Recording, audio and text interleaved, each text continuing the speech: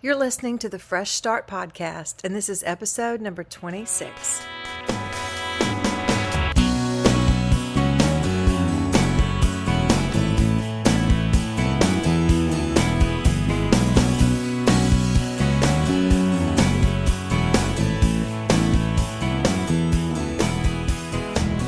Hey everyone, welcome to the Fresh Start Podcast. I'm Marcia.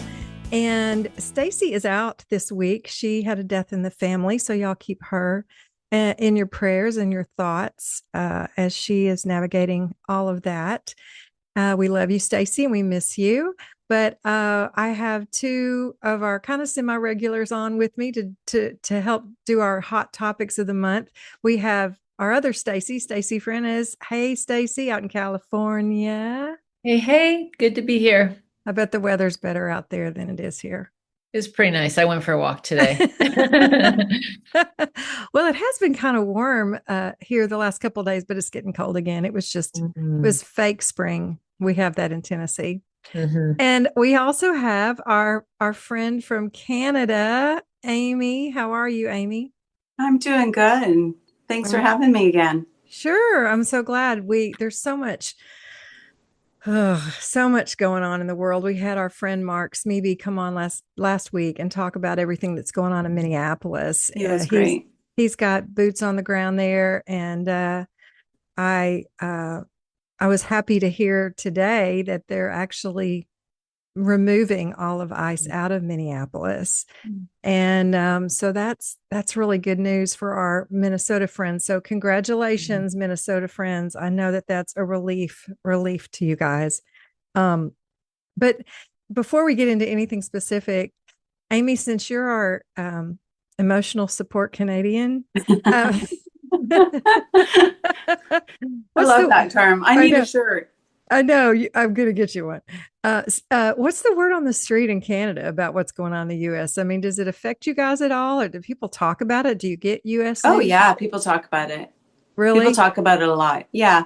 I'm Southern Ontario, so yeah. And for sometimes I think I know more about your politics than I know about my own politics. Really? Yeah. Like people talk about it a lot. And then we have the same kind of polarity too, in terms of, we have the same dynamics. Like we've got those who are labeled like progressive and liberals, and then, who have certain terms for conservatives. And then we have conservatives, and then we have religious conservatives. And I dare say it's like the same, thing, minus maybe, we have laws about guns and that sort of thing. Although, I don't know if you guys heard, but we had a mass shooting in British Columbia this week. Our good friend Ramona texted me the other day and said, my heart is aching because I heard about the school shooting. And I was like, what? Like, I think she accidentally texted the wrong person. So before I responded to her, I just did a quick Google, and I guess it happened late in the day on Tuesday. And at a school. Yeah. So there was, I think 9 people died and several people ended up in the hospital. So yeah. So it seems like, and that's really rare for Canada, right? It's very rare. We get a little verbal once in a while, but we don't generally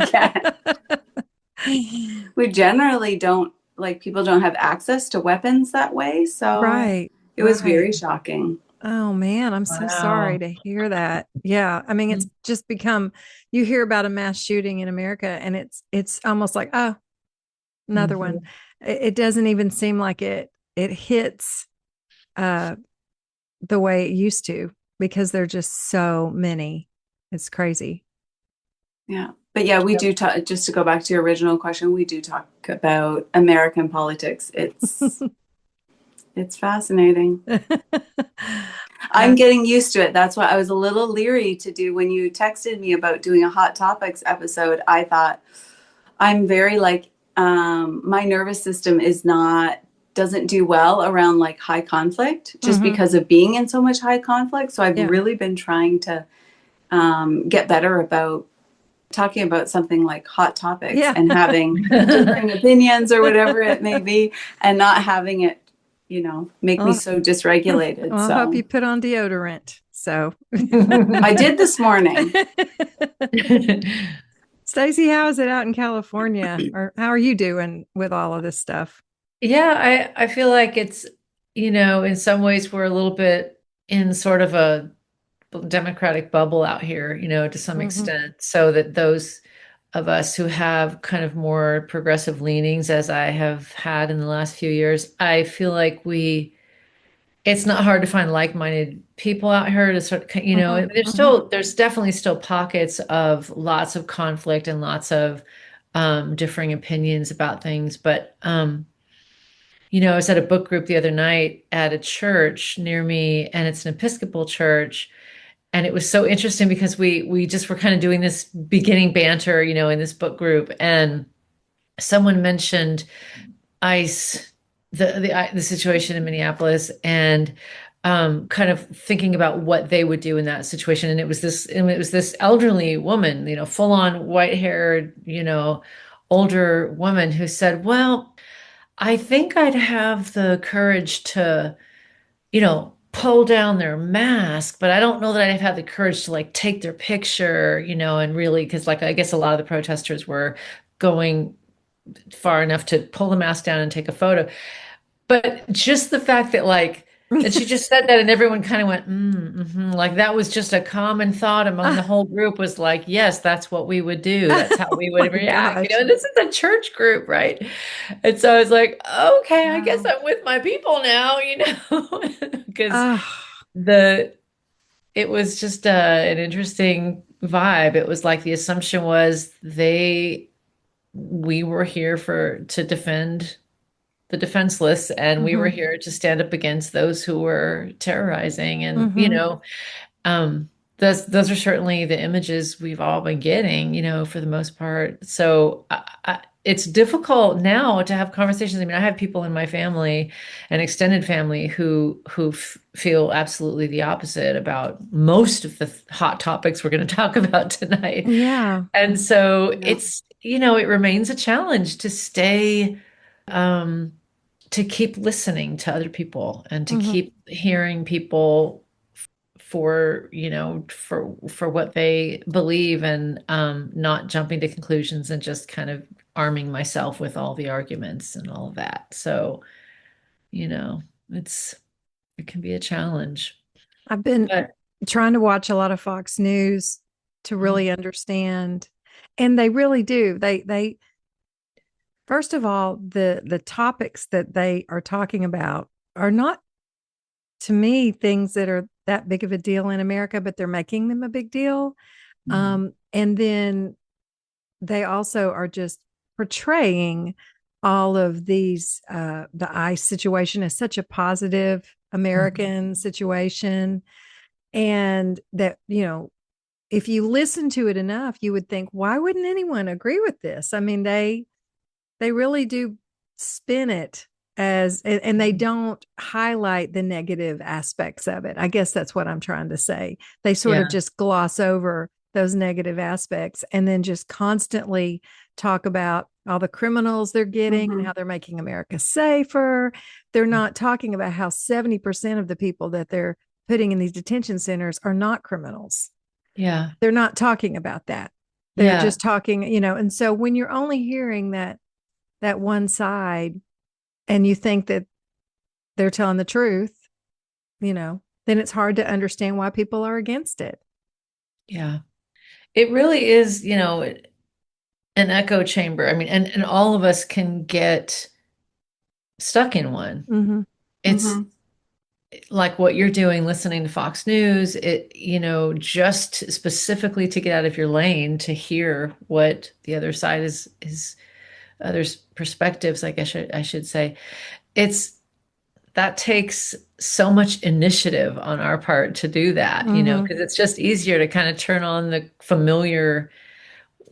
In my house, it's NPR, which tends to be seen as more progressive, but I it's hard to know. I mean, I feel like I'm getting a pretty balanced view, but I'm not getting the Fox view for sure. I know that. Yeah. I think Well, it's trying to find the truth in any of it, right? Like, Mhm. as opposed to saying, like the one thing is all wrong. Like, I find when I think that it's coming from a certain perspective, my nervous system goes into like this fight or flight. It's more of a flight response. And so I lose my ability to listen. And then I'm also praying for the ability to discern. mhm. And then also, like, in those cases where there are criminals, okay, well, what do we do as a society around that issue? Because it might be an issue.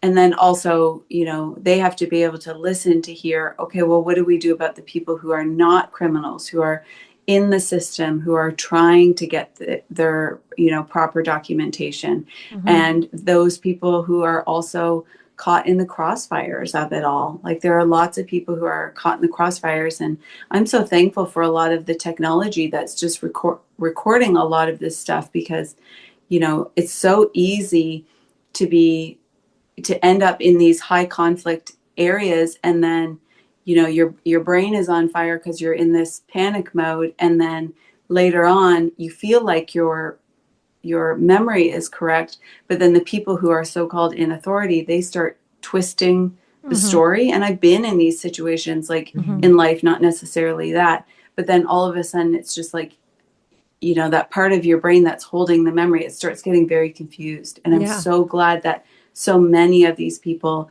not only do they have it recorded, but like they have friends or family that are basically just saying, like, no, this is not Mhm. the ICE agents are already trying to twist the narrative, and the people are like, I have it on camera. You Yeah. did not do that. And I'm so grateful for that, because that to be gaslit in that type of a situation, the whole thing is traumatizing. And then to, like, basically have your brain scrambled after it, and people Mhm. try to deny your reality, it can be really Mhm. despairing. Mhm. Yeah, when you're in a traumatic situation too, like that, we were just talking about our car wrecks in December. And um when I had my wreck, at the time, I my brain was so jumbled, like I couldn't even remember exactly what happened. It was like, how did this happen? How did this just happen? And I go, was I not looking, or what happened? It was just a fog. And luckily my neighbor's security camera caught it, and he was able to download it and give it to me so I could see what happened. They talk about like eyewitness people are sometimes the least reliable, because Yeah. you're in a traumatic adrenaline rush, and your brain just sometimes doesn't remember things correctly, and you doubt your memories, like you said. So Yeah. having it all on camera is super helpful. But what's crazy to me is the gaslighting of, we Yeah. see it on camera, but then our administration is saying, no, that's not what happened. And you're like, we all see it. We see it. Yeah. Mhm. It's maddening, and it's got everyone, off balance. I mean, but maybe that's the point. That's the whole point.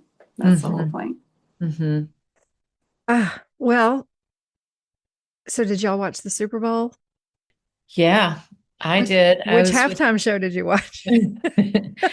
Well, in our house we had family together and we were watching, and one of our family members was really looking forward to the Bad Bunny halftime show. And I wasn't really interested in the Turning Point USA alternative halftime show. Mhm. I'm not a fan of Kid Rock. I never, even when he was like in his heyday, Yeah. I didn't really get it, you Yeah, know? yeah. Yeah, you don't really look like a Kid Rock fan, Do Stacey. I not? Do I No, not? I don't think so. I mean, you could surprise us all, but So we watched Bad Bunny, and I'm telling you, from the first note, I looked around the room and all of us were grinning, like just it was. I don't know. I just felt the love. I felt the joy from the very first, Yeah. and I know that like.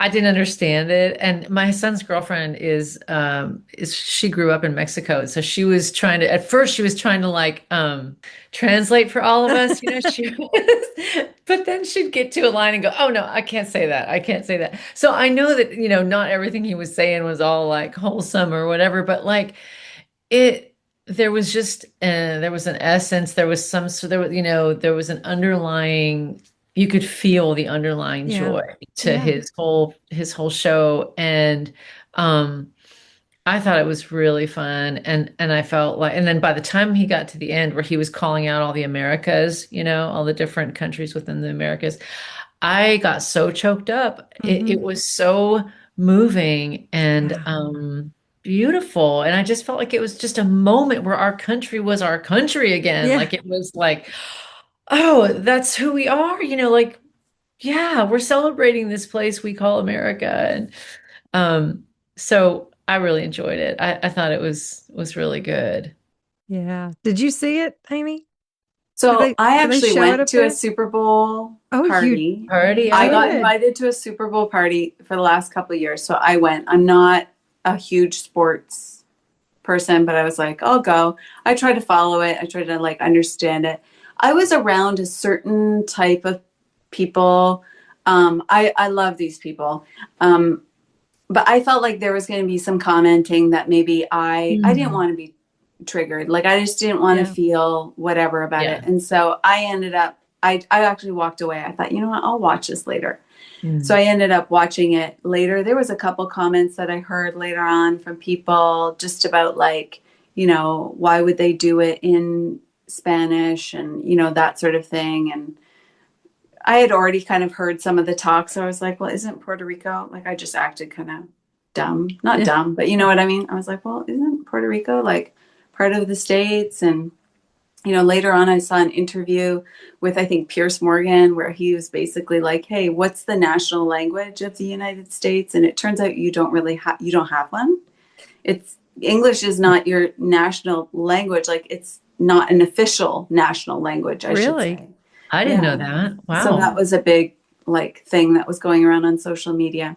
So I watched it later on, and someone had posted on Facebook something about the show, and I said it seemed really great. Like I thought that was kind of cool. The trees, like I feel like, oh, I could be like part of the music industry if standing trees are bushes. I'm like, that's my role. This would be great. So then, but I said, I don't know the lyrics, so I haven't translated them, so I don't really know what he was saying. Of course, I love the shout out to Canada and all the other, that's, I felt like that was really moving. And also I couldn't help but think, okay, if you look at the Americas like that, like let's even pan out farther and look at the world and remember that we're all part of the world. Yeah. And we can all be one and have this kind of community spirit. I did look up some of the lyrics afterwards, and I was like, yeah. So I made a comment. I basically just said like, hey, how do we, if we don't want to have this over sexualized, men or women taking advantage of women and that sort of thing, like how do we think about these types of lyrics?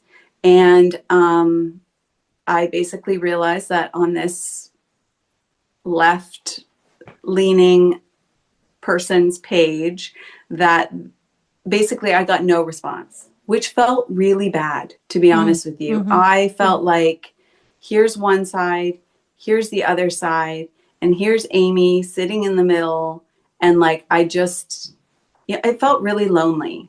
Yeah. So today, knowing that we were going to talk about this, I sat on the floor because my phone needed charging, and just like a regular mid-40s woman, I'm like on my phone. I've got Bad Bunny songs going, and I've got like the lyrics, and I'm reading it. So the song came up, the one that talks about him talking to his auntie and about all the different women, and apparently one of the women says something about his, member that she thinks it's great, so that's part of the lyrics. And then that was kind of the song that I was like, oh, that's whatever. But then if once I was not so escalated and I actually like read the rest of, like listened to the rest of the song, do I like all those lyrics? No. I'm Canadian, but then I'm also like Northern European kind of. So it's not my genre, right? Like Yeah. so I've really been kind of thinking about that too. Like, am I just looking at and listening it to through my Northern European lens? And Latina culture is obviously a lot different. Like even the twerking. Mm-hmm. I sound like such a prude. I know. Look at us white ladies talking all about I'm like how sweating. Like this when I needed the deodorant. And then the twerking, like I get it. When the music's on, I'm dancing and that sort of thing. But I'm just like, Can you is twerk, this... Amie? Can you though? Yeah. No. Have you tried? Oh, okay. I have tried. And nothing is moving back in the back end. Just my knees. It's bad. That's hilarious. So you guys have to try too. Just try it.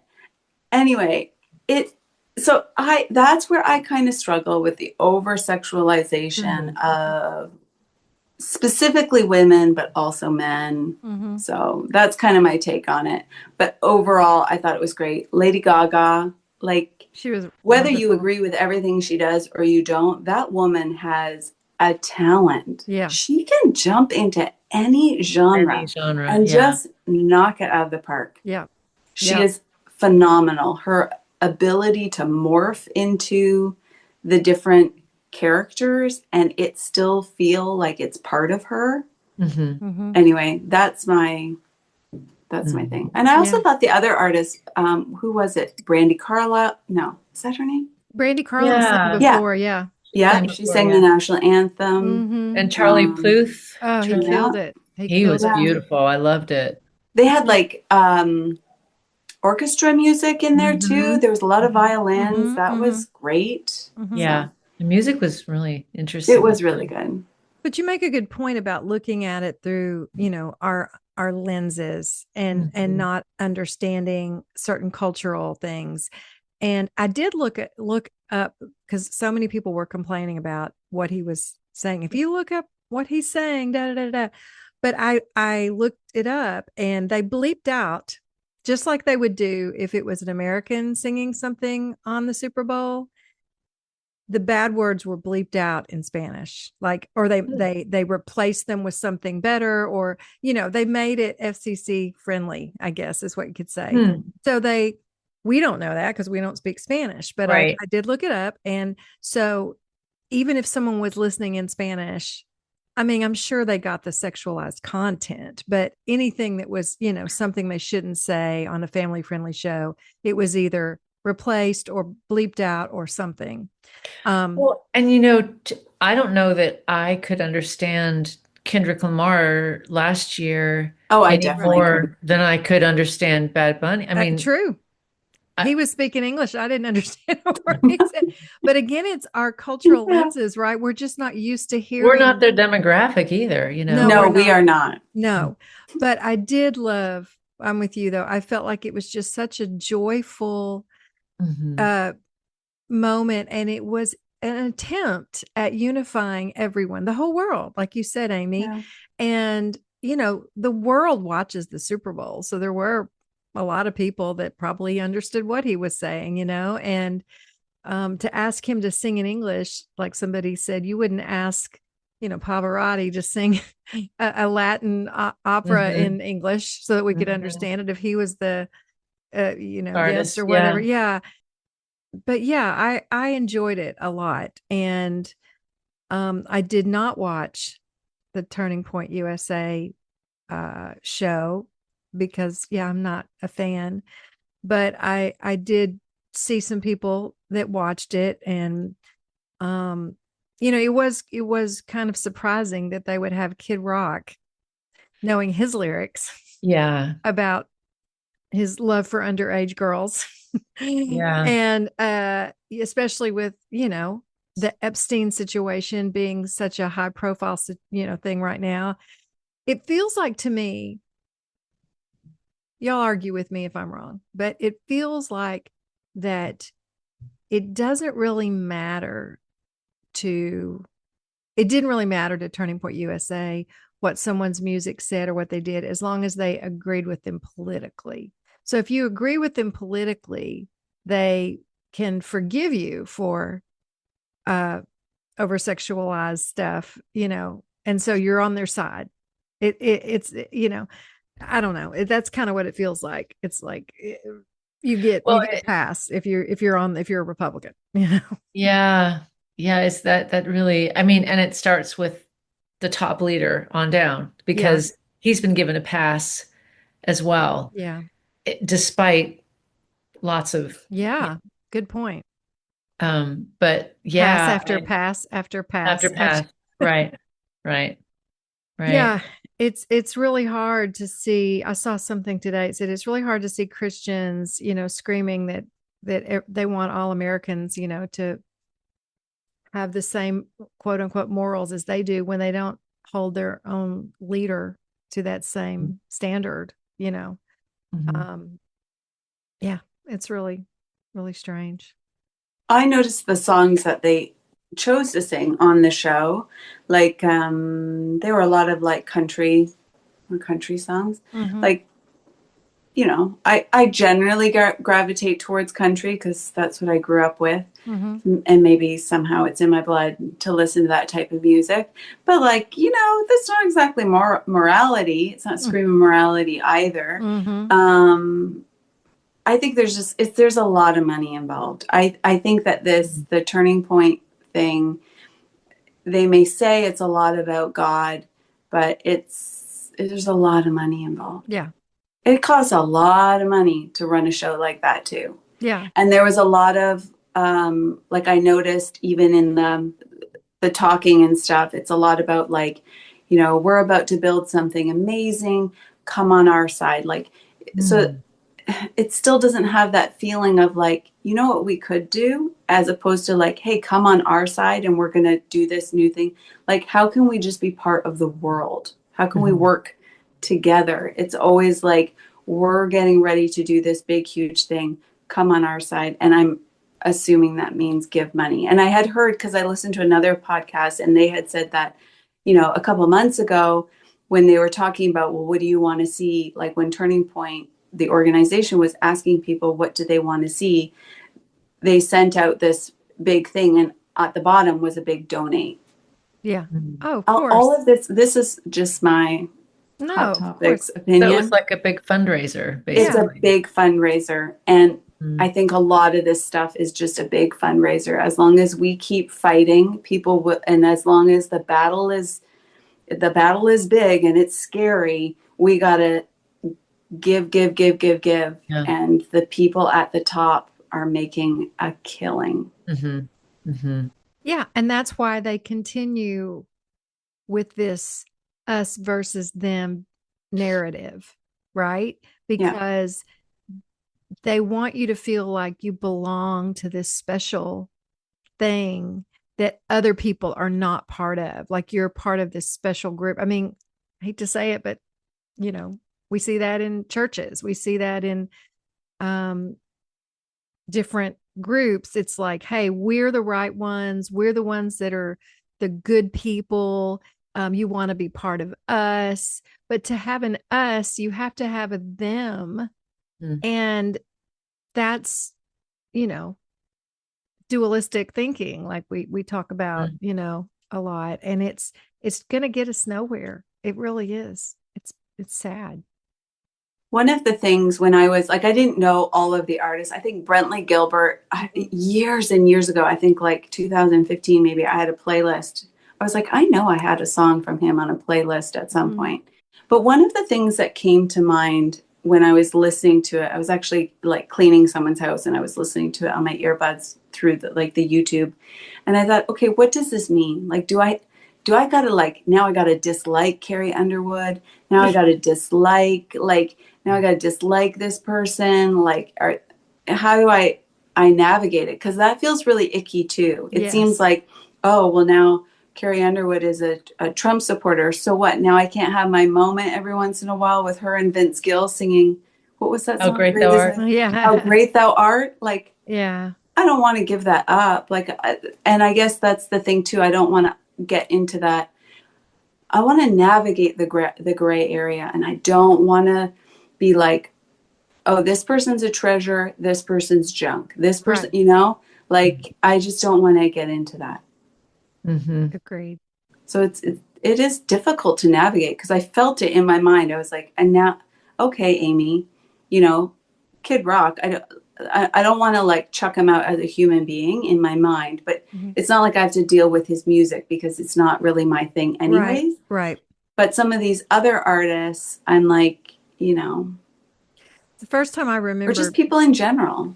right. But the first time I remember that kind of dissonance with people in music was like when Michael Jackson was accused of all these horrible things. And then people were like, am I not supposed to listen to his music anymore? His Right. music is so good. You know, how am I supposed to separate that? Right. Right. I remember that too. Yeah. I still have that when his music comes on. I'm like, what am I supposed to do now? Well, you know, it is kind of sombering. It does take a little bit of the joy out of it. That's true. That's true. Well, we could talk about a million things. I don't know if have either one of you watched Heated Rivalry? I just have to ask. So I haven't. I have not. But I mean, I've heard a lot about it. But it's Canadian. I know it's great. Well, I had a friend that just kept. I didn't think I wanted to watch it, but everyone was talking about it. It's it's a big thing. It broke records. There's like one of the episodes is like it broke this record on some scale that had been carried by an episode of Breaking Bad is like the best episode ever on TV. Wow. So my husband was working a lot this week at night. So I thought, you know what, 6 episodes, I'll watch a few. Well, I have to say there are some very vivid sexual scenes in it. And the first the first one I was like, oh my, I felt kind of like a prude too. I was like, oh, maybe I should fast forward through this. But I watched the whole series and it really, I think, is really well done. It really does show this beautiful love story. It doesn't necessarily start out as a love between them, but it develops over time. And I think they do a beautiful job. And just the way they have to navigate the world and keep their relationship a secret, because they're famous hockey players. And if it got out, it could ruin their careers and everything else. It was actually really enjoyable. It was like once I got about 2 or 3 episodes in, I was like, okay, I got to follow this through and see what happens, And I guess they're filming a second season now. Well, they'd have to. It's so popular. I can't believe how many people are just crazy about it. Yeah, I think the actors do a really, really good job. So I was just wondering if y'all had seen that because I know a lot of people. I think it's too spicy for me. I think it probably is, Amie. I'm Marcia, not a prude. I know you're not. I'm would not. you feel the same way? Would you guys feel the same way if it was a female and male character? Yeah. Okay. Yeah. I don't know if I would.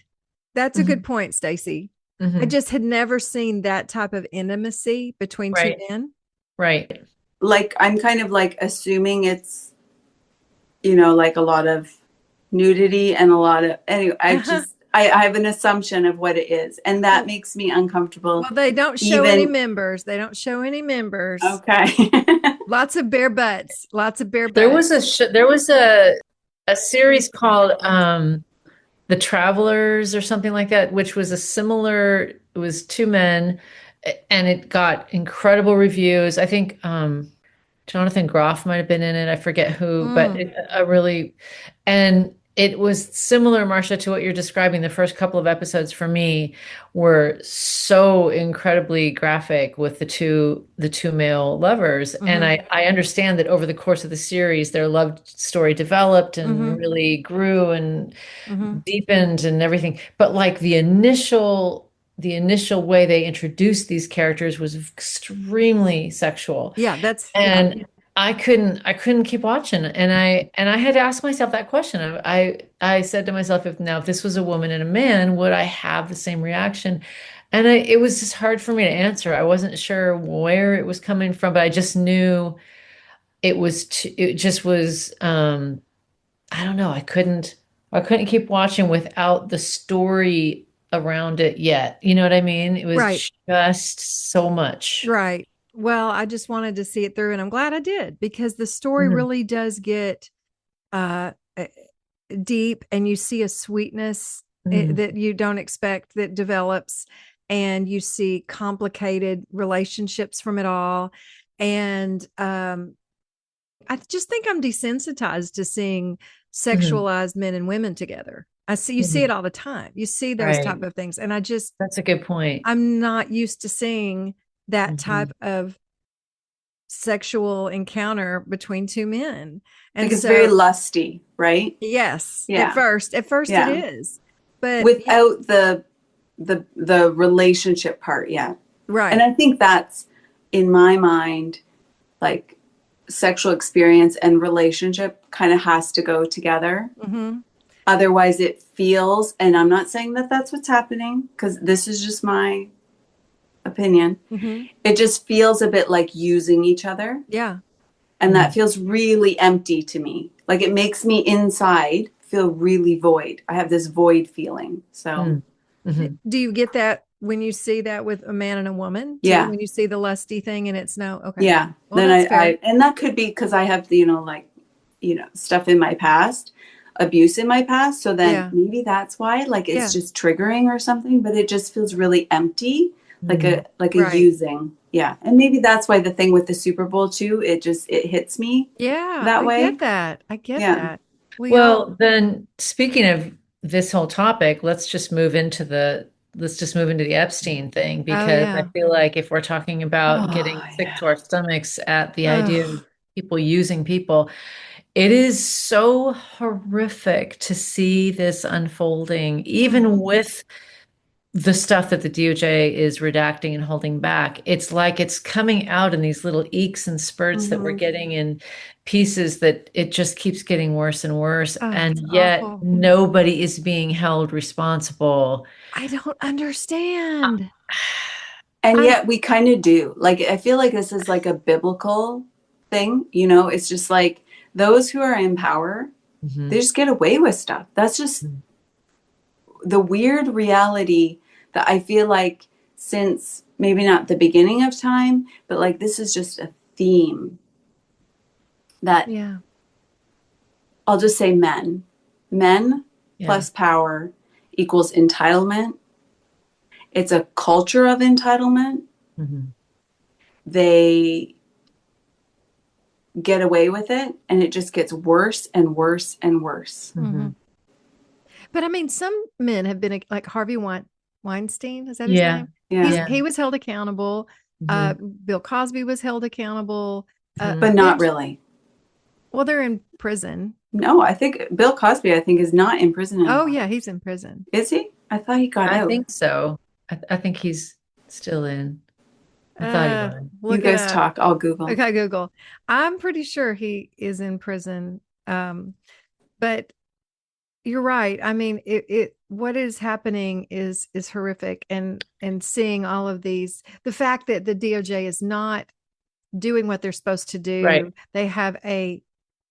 They've been ordered legally to release all these things, and Yeah. then they're redacting the perpetrators' names and putting out victims' names in order to scare them into being quiet. Oh, It's horrific. unconscionable.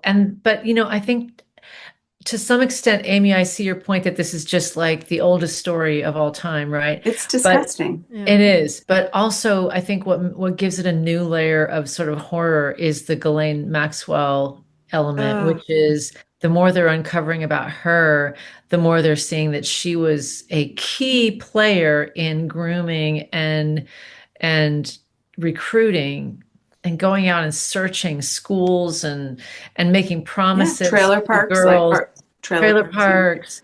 Yeah. parks, so it's like you know there's patriarchy and then there's like just there's this level of just plain evil about this whole story that one can't even wrap their head around. I mean, she's a woman doing this to other women. Because without her, they probably would never have trusted these men to go as far as they did, maybe. But they probably felt this, oh, Ghislaine's going to make sure I'm okay. Like, she comes across as this sort of mother figure, and she's going to help them, and she's going to introduce them to these men that are going to, you know, help them get out of these bad situations. So yes, she, I believe, is every bit as evil and guilty as the men. It's terrible. And yet she's holding out for like clemency, you know, like she's trying to make deals with the administration to get off scot-free. And wow. Trump already moved her from this bad prison into a like nice, comfy prison. And why? But you know, that's an example of he creates so much chaos at so many levels that, like, you know, people are asking, like, why did you move Ghislaine? But then the next crazy thing comes on that just distracts everybody. You can't possibly keep up with all of the insanity, and then you just feel overwhelmed, you know. But that's I actually had the thought, this whole the ICE thing that happened in Minnesota. I did have the thought, like, was that all just a distraction? Probably. To get our eyes off it, because he just keeps over and over again saying, why are we still talking about this? Why are we still talking about this? And it seems like some of the things he was accusing others of, was saying to my daughter, I was like, listen to when certain people talk, because they will accuse other people of things that they are actually doing. Right. I did read, I can't remember what her name is. That's so bad. I should remember victims' names. That's terrible, Amy. Oh, did you read the book? Yeah, the Nobody's Girl. Virginia Giuffre or something. She ended up killing herself. It was so sad too, because in the book she kind of not raves, but she talks very highly of her husband. And it turns out that her husband was very abusive. Oh, wow.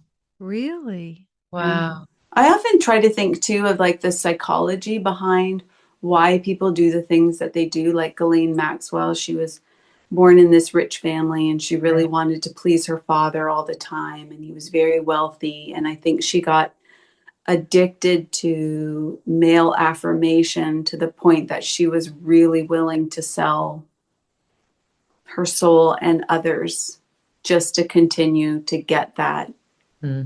Like, she just really wanted to please this guy.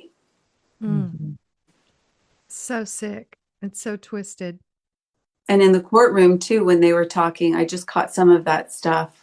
You know, all of the victims are, you know, standing behind, and there's just people just denying it. And I just don't, like, it makes me so, my dad is like, Amy, you should not be watching this, because it makes me so sad. Like, I just get so upset by it. Like, like, just let's drop all this stuff and let's just turn around, look people in the eye, and realize these are hurting people that have been used and abused. And then I also think to these people who've done it, like, there's a part of me that just says, like, just own it. Don't you want to be free of that? Don't you want to be free of the guilt and the shame and the lying and the facade? Don't you just own it? They never But they will. don't. And that boggles my mind, because to me, that is the gospel. You know, Marcia, you and I have talked about different things that we've done in the past that we regret. And there was just like a time when I was like, I want to live in authenticity and in integrity, and I'm tired of this, and I'm weary, and I don't care who knows. It's almost like labor. Like, you don't care what you're wearing or where you are or whatever. You're just like, any doctor anywhere, please just surround me and help me, because I am drowning. And that's what I wish that these people who are so sick in their souls and in their minds, like, I think that's one thing too. I hesitate to just also call them trash, because that's not going to create an atmosphere in the world in which people who are stuck in these patterns of behavior, I don't know, maybe they're just too far gone that they never would anyways. I think it's but a really compassionate perspective. It is, and it's a difficult one to sit in, Amie. And I mean, honestly, I haven't even spent 30 seconds thinking about the souls of the people that perpetrated on these young girls. I haven't, and it's good to be reminded that they are human beings with if souls. they're in there, their soul is in there, and Yes, it's but I do need to covered by this say, wickedness. I also though need to say we can't take our eyes off the victims and the survivors, yeah. because if we Absolutely do, not. it's Mhm. like, and I feel like maybe that's part of why, like, you know how in the UK they immediately kicked out Andrew from the royal family, and Right. I mean, relatively speaking, I saw the castle they put him in, right? He's still, but Yeah. the point being, at least they made some kind of show of reprimanding him, whereas here we can't get near Trump with a 10-foot pole, and anybody else whose picture seems to pop up, we're just kind of nothing to see here, nothing to see here. So it's like, I just feel like there needs to be some public shaming of these men in Mhm. order to, I don't know. Yeah. I get what you're saying, but I also just think there has to be justice. There has to be some Oh kind of yeah. public shaming too. And I know you're not saying not, but No. yeah. And Pam Bondi too, and we'll wrap this up, but we're talking about Ghislaine Maxwell, how a Mhm. woman could be part of the pain of these other women. Yes. And, the fact that she wouldn't even turn around and acknowledge these victims I yesterday. saw that today in the Like, news. like Trump is intentionally, I believe, putting women in charge of that situation, that Christine Nome. He's smart. And he's like, I'm going to have a woman as my front man here, and let her take the heat. Yep. And it's unbelievable to me. Because if you Not could the imagine same if it was a pattern. man, they would all be saying, they would be looking at it in a different Yeah. way. But, it's like, she's a woman. She cares about victims. No, she doesn't. Mhm. Clearly. She That's doesn't. exactly what Epstein was doing with Ghislaine Maxwell Yeah. too. Yeah, that's Mhm. what I'm Right. saying. What Right. a woman, yeah. Right. Right. And then are there some women who are just so wanting? Yeah. Clearly there are. Mm-hmm. Well, they want power too, or they want Realization. prestige, or they want fame, or whatever. I mean, greed and power does not exist only in men. It's clearly, But, well, we have been talking for a while. I have two quick yays and nays for you. Okay, we're going to wrap this up. So, my first, is this a yay or nay for you guys? The Olympics. Yay. Yay, when I can get to it. It hasn't been on my priority list, but I'm happy that it's happening, and it's a joyful thing for sure. Yeah. So, Yeah. I've been trying. I love to watch the figure skating. So that's what I've been trying to keep an eye on, but I can't watch all of it, but it is fun. It's great to see, something that the world can all do together, watch together. Yes. It is Yes. unifying. That's cool. And the opening ceremonies were stunning. I I have to miss say, them. Italy knocked it out of the park. It was such a beautiful, unifying, show of peace and love, and we're all together. It was so beautifully done. Okay, the other yay or nay, Valentine's Day. I just saw Amy roll her eyes. Oh, man. Well, I mean, I'm like, how am I going to answer this question? I don't have anybody. I know you're single right now. Yeah. Well, and then I'm on the entirely other end of the spectrum. I feel like I've been married 40 years. And it's like, let me just tell you what's going down here. I went out and bought C's Candy and said, like, we both look, because C's Candy is like the best chocolates in the world. So I went and bought the chocolates yesterday, and came home and just was like, Happy Valentine's Day, babe. And we ripped it open. We're like, we're starting early. Yeah. I know. It's a yay, but it's also a like, meh. Yeah. That sounds so romantic. Are you kidding me? Well, let me tell you what's going down here. I'm in this band with my husband, and we get a text message about a month ago that said, "Hey, Filling Station wants us to play on February 14th. Y'all want to do it?" And I'm like, "We're going to play a gig on Valentine's Day." Mike was like, "Why not?" I'm like, everyone was like, "I can do it. I can do it. I can do it." I was like, "Okay, I guess we're going to go." It's going to work. Yeah. So we're going to go do a little gig at a little. But at least you're doing it together. That's pretty that's cool. true. We'll be together, and we do like to play music together, and we love all the guys in the band, and there'll be a lot of laughs and fun. So it won't. Well, and that's in the evening, right? It is.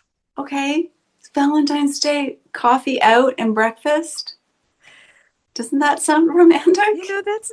Maybe I've been single too long.